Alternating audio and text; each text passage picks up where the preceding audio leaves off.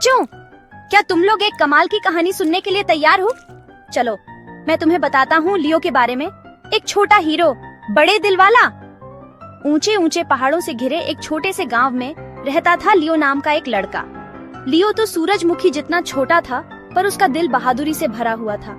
एक दिन कुछ ऐसा हुआ जिससे गांव के सबसे बहादुर लोग भी डर गए। क्या लियो, सब में सबसे छोटा, उनका हीरो बन पाएगा?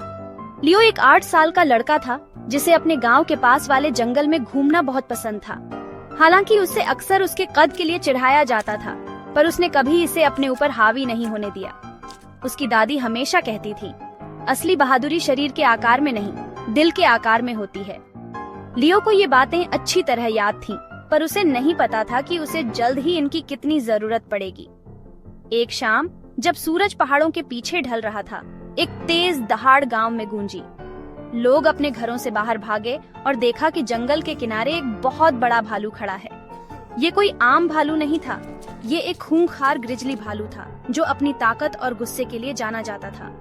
गांव वाले डर के मारे कांप रहे थे। आदमियों ने अपने औजार उठा लिए, पर किसी की भी हिम्मत नहीं हुई उस जानवर के सामने जाने की। लियो ये सब अपनी खिड़की से देख रहा था। उसका दिल जोर जोर से धड़क रहा था, पर उसे अपनी दादी की बातें याद आ गईं।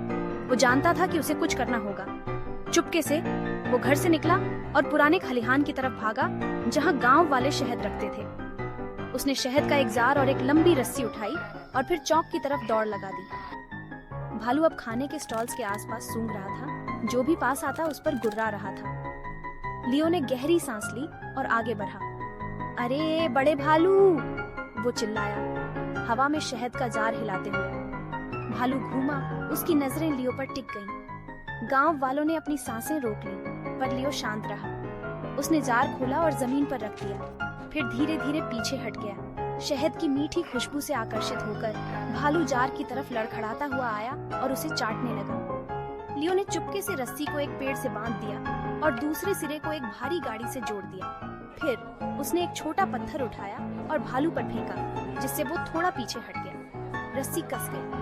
शहद और उस अजीब रुकावट से भटका हुआ भालू गांव से दूर जंगल में वापस चला गया।